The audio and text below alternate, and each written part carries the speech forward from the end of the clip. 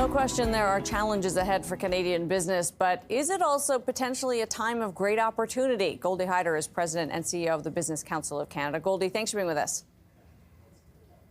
Thanks for having me.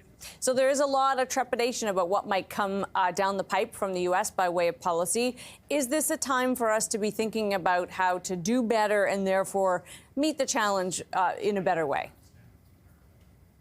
Well, it's certainly a serious time. We shouldn't underestimate what's going on, not just in America, but around the world. You know, there's a lot of talk about how it's been a rough ride for incumbents. I think it's a rough ride for economic reasons, primarily because a lot of spending has taken place around the world post-COVID, and we've had inflation that we've been trying to manage. What we need is a strategy in Canada where we can control our own destiny and play to our strengths. We have a lot of what the world wants, and in particular, we have what a lot of the United States wants. And so we see this as an opportunity to ensure that the American administration, which has received a very clear mandate, which I think is something that we're noteworthy here, understands how Canada can help them with their economic security, their national security, the resources that they need, the critical minerals that they're interested in, and of course, energy, which continues to be of critical importance to the Americans. And coming from a place of strength, which is something I think the President-elect understands and appreciates, the Business Council has a new initiative, Can-Do initiative. What's at the heart of this? What are you trying to do?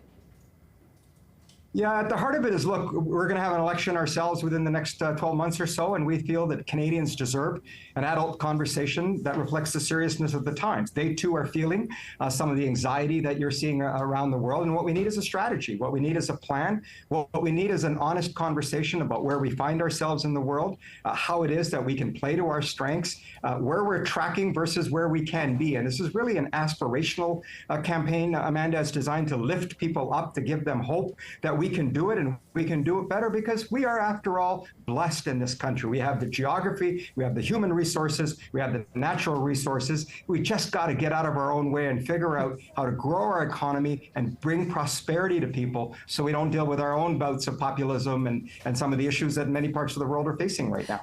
Is business guilty sometimes of the same thing that we may have seen in this election, which is that even though the numbers are pretty good, the economy in the U.S. is solid, people don't feel like they're doing well? Can our businesses be sometimes gloomier than they should be? Look, I think we've gotten a little too comfortable and a little too complacent around the world in big business, and we're reacting to some of the populism. I don't think leaders in Canada certainly are going to run and hide. We are taking a stance. We're taking a position. We're responding to the call to get out there and convince Canadians that we should be having serious conversations about our economy, about our strategy. We put out a paper called Engines of Growth. We encourage people to take a look. The Can-Do campaign is available on our website as well. Canadians need to speak up so that our political leaders who are basically saying we're waiting for Canadians to tell us what to do, let's tell them what to do. And I think it starts with growing the economy so that people are feeling hopeful and good about their lives, which around the world, many people are not. On the trade front, is this actually, although there may be some risks ahead, including the risk of big tariffs, an opportunity for us to do better right here at home and be more free trading inside the country? You've crunched the numbers at the Business Council on what it costs us with our internal trade barriers.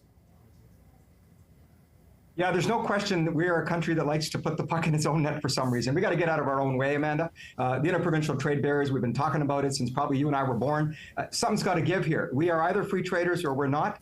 We know tariffs are a bad thing. We have to convince the United States administration that they shouldn't be imposed on Canada. We have a trade agreement. We're going to have to review that agreement in the coming years. Let's work together to strengthen our place in the world. Let's compete as Canadians, as North Americans, and take on the rest of the world. And that will require us to have some, critically important conversations around economic security and national security. And we need to show the Americans that we get it and that we are a reliable partner in the world that is, not some fantasy world that we're living in our imagination. Goldy, so good to have you. Appreciate your time today.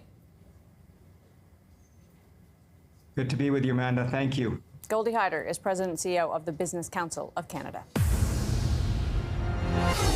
Time for the takeaway, and when the going gets tough. A country as large and important as the United States will always get our attention when big things are afoot, and the election of the leader of that country and de facto leader of the free world qualifies as a big thing. But if there was a theme of this election season, it's uncertainty, and for most of us, that's a bad feeling. But whether it's a business or a Canadian household, there is one cure for that feeling, and that's to remember what we stand for. Trade is one issue that feels fraught. After decades of a shared belief in globalization and free trade, it feels like a lot of our trading partners are changing their tune. But that isn't a reason for Canada to abandon its free trade values.